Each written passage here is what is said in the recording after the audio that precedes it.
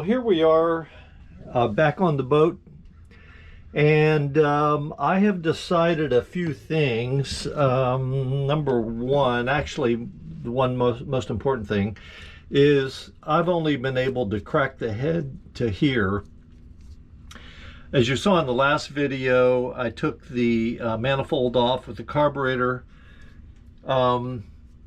and I still don't have good access to either side of this motor, or at least not enough access to go ahead and start trying to pry the head off. So what I'm going to do is wait until I get the motor out and continue with that project. So today's project is going to be disconnecting all of the things that need to be disconnected in order to remove the engine, and most of those things are in the back. Let's see, to start with, let's get back to the back of the motor.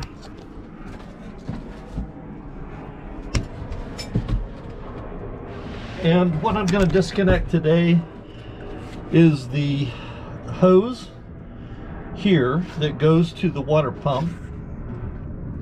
I need to take off the 3 bolts that hold the prop shaft coupling to the motor coupling.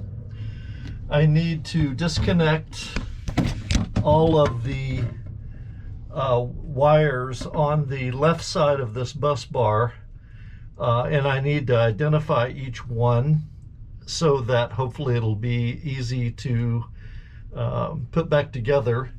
I need to disconnect the wires from the ignition coil. And then lastly, coming back out, and then I need to also disconnect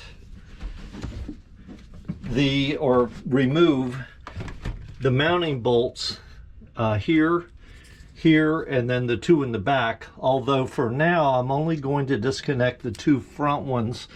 The 2 back ones left in place will stay there until I'm actually have the hoist hooked up and ready to pull it out. Last time I pulled the motor out, I disconnected the mounting bolts on the motor. This time I'm going to disconnect these and pull the motor out by way of this frame that the engine sits on. I think that will make it easier to pull out. My only concern is that it might hit up against these 2 side pieces here. So I'll have to measure that out. I'd like to do it that way, but I may be forced to do it the way I did it the first time.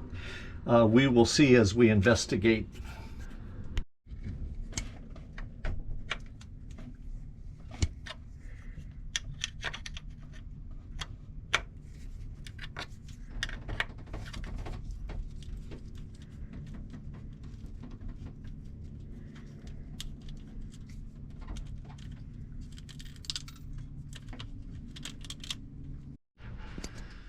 Okay, all of the wiring that went to the motor has been removed, and each one labeled.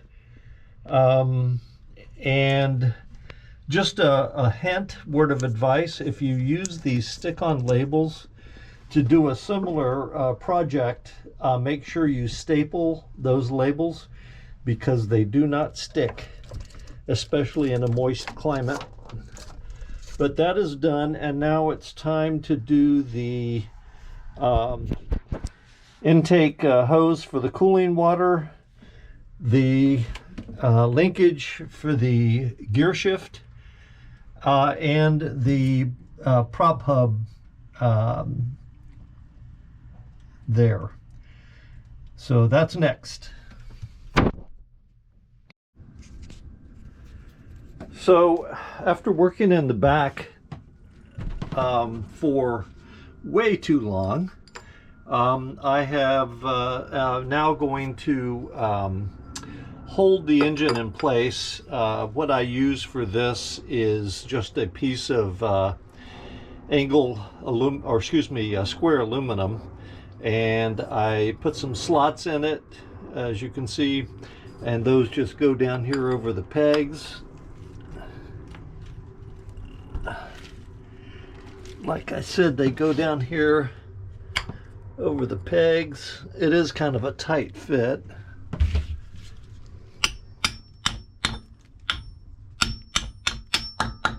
Okay, there we go.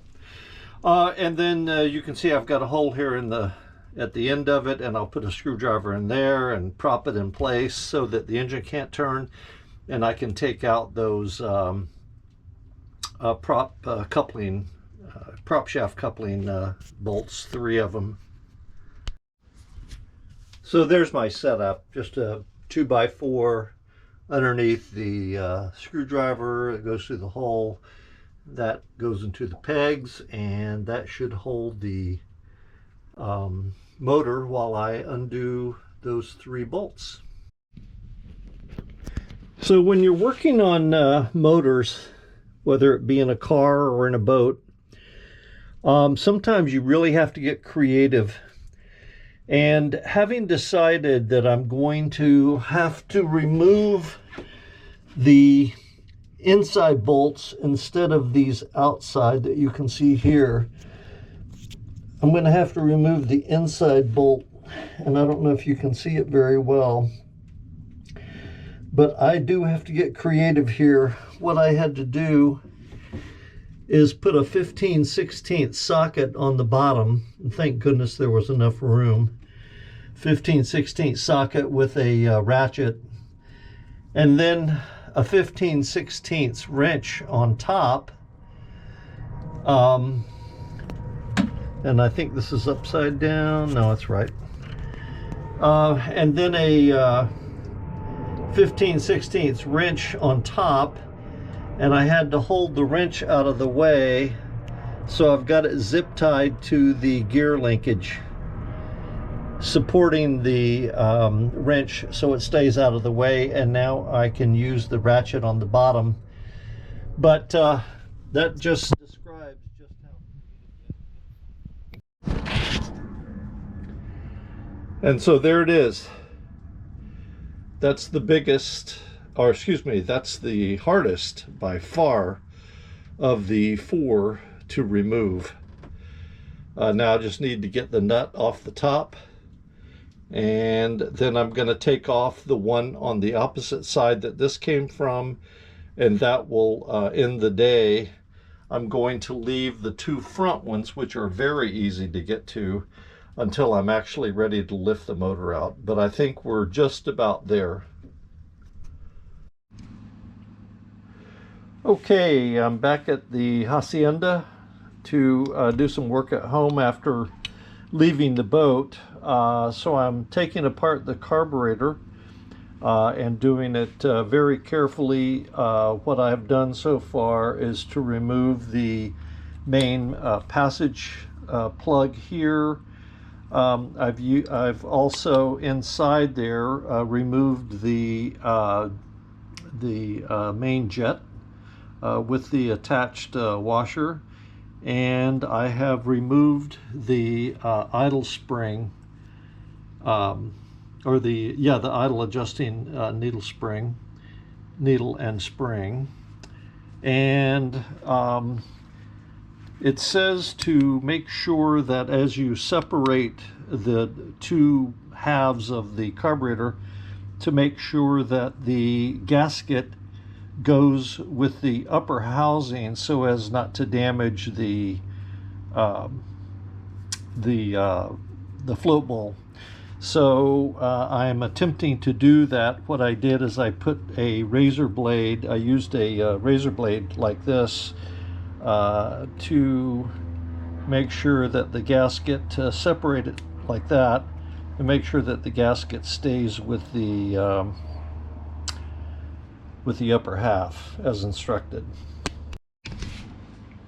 Okay, we have the 2 halves separated.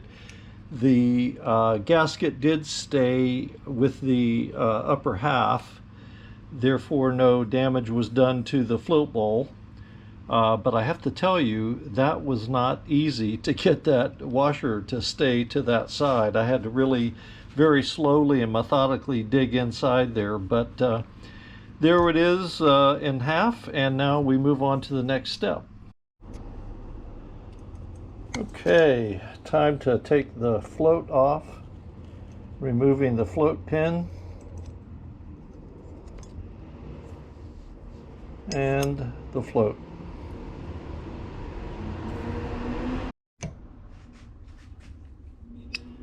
All right, now we're taking off the venturi there and the gasket, which will need a little coaxing to get out.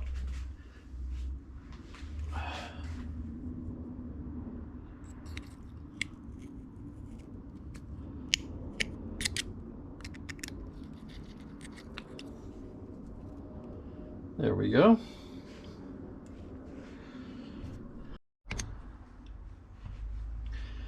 All right, now I have removed the float needle.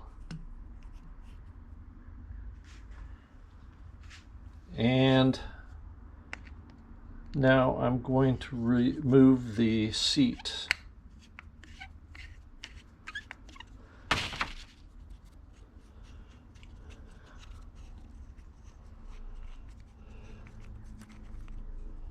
Like so, with the fiber washer.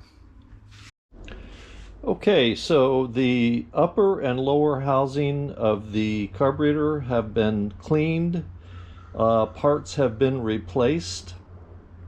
I used carburetor cleaner, obviously, and I used the air compressor to blow through all of the channels and that kind of thing, and so we are ready for reassembly. I've got the new gasket in here, and as I said, all of the other parts are new if they came with the carburetor rebuild package.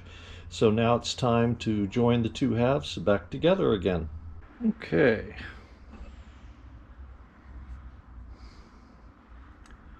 Very carefully join the two halves together.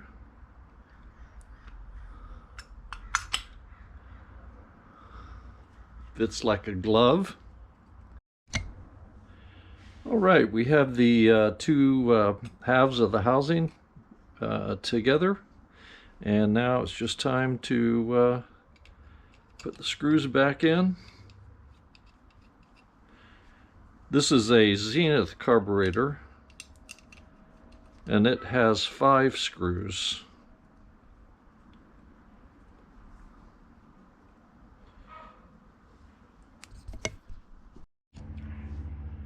All right, all of the mounting screws are back in and tightened down, and we have a newly refurbished carburetor that's ready to go back onto the manifold.